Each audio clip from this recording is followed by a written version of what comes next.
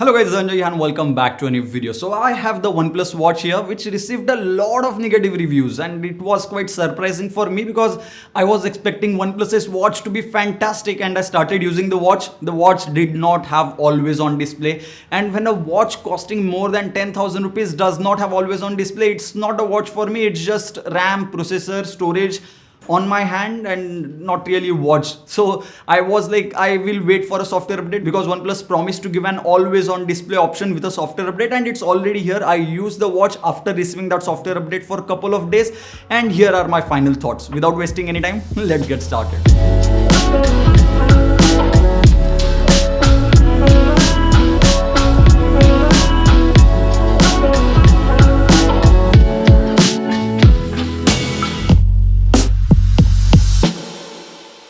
First of all, let's talk about the build quality. The watch feels premium to hold in hand. The watch strap is also made of really good quality. When you wear the watch, it feels like you are wearing a premium watch. The touch and feel to the skin definitely gets a thumbs up from my side. The bezels on the watch are a little bit bigger for my liking, but at this particular price point, I will complain. The bezel should have been slightly smaller, considering this watch will cost you 15,000 rupees in the Indian market. But overall build quality and looks wise, the watch does look good. There is nothing special or out of the world in the watch's design. This is similar to any other circular shaped watch that you get in the market. Next up, we are going to talk about the software, and this is where things are interesting because the device does not come with watchOS. It comes with real-time OS, which is supposed to be less resource heavy, and it does not consume a lot of resources, because of which it gives you a lot of battery life, but it will not allow you to add third-party applications. It does not have a lot of features which watchOS has, and that was one of the biggest gripes when it comes to all these negative reviews, because there is no watchOS, and I have to agree with them. Not having watchOS means you cannot install any third-party application from Play Store. You cannot reply to notifications with your specific reply that you want to do. Maybe you can do that with real-time OS, but that's not present on the OnePlus Watch as of shooting this video. There are a bunch of pre-applied replies that you can select from, but that's applicable only for few applications such as WhatsApp or Telegram and a couple of more applications. That's pretty much it that you can do with the notification.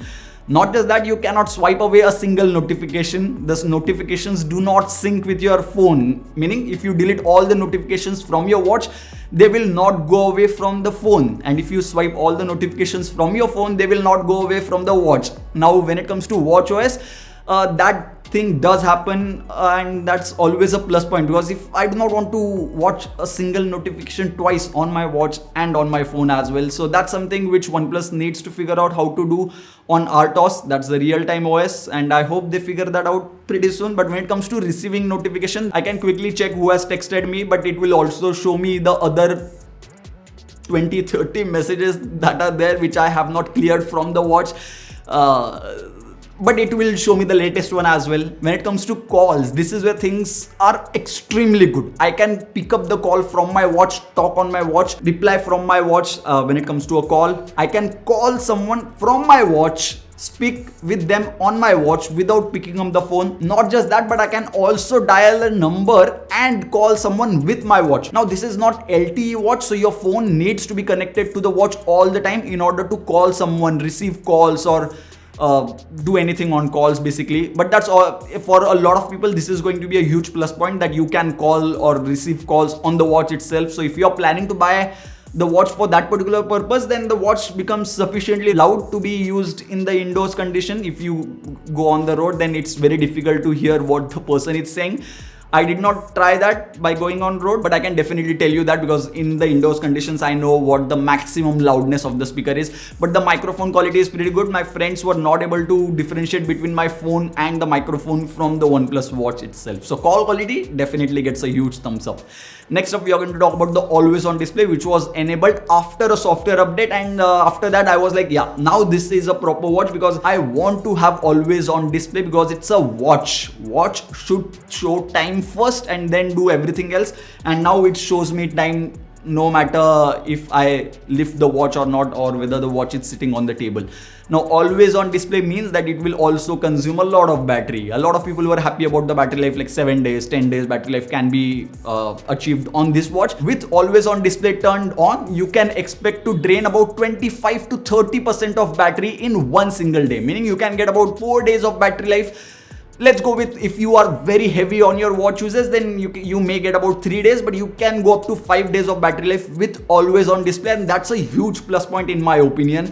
If you are someone who wants always on display, like literally always, and uses the watch at the maximum brightness possible, so 3 days of battery life, that's minimum. 5 days of battery life, that's maximum with always on display. The watch also comes with steps counter. There are multiple sports mode that you can enjoy.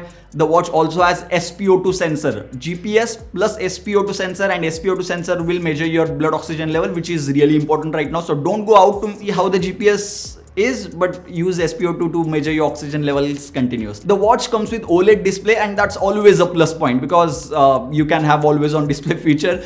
And when it comes to maximum brightness possible, minimum brightness possible, no complaints over here.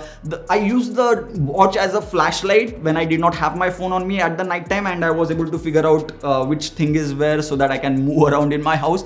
And that says a lot about the display quality, and the viewing angles are amazing, no complaints whatsoever. And I guess that brings me to the price point, 15,000 rupees. Now there are watches by Amazfit which I have personally used, such as Amazfit GTR 2E, which is about 12,000-13,000 rupees watch, and couple of other Amazfit watches at the 10,000 rupees price point. Some of these watches also support call functionality. So basically all the things which are present in the OnePlus Watch, you can get those same things in a cheaper price tag and with slightly better looks, I would say, because of the thinner bezels than OnePlus Watch.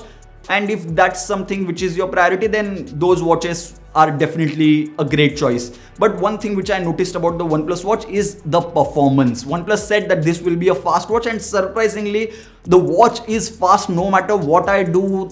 Going through multiple applications, there are not a lot of applications as such, but while using the Amazfit GTR 2E, I was able to see a slight lag. I mean, that's not deal breaker as such, but OnePlus Watch was noticeably fast in my opinion, and that's always a plus point. And I guess that's pretty much it for this particular video.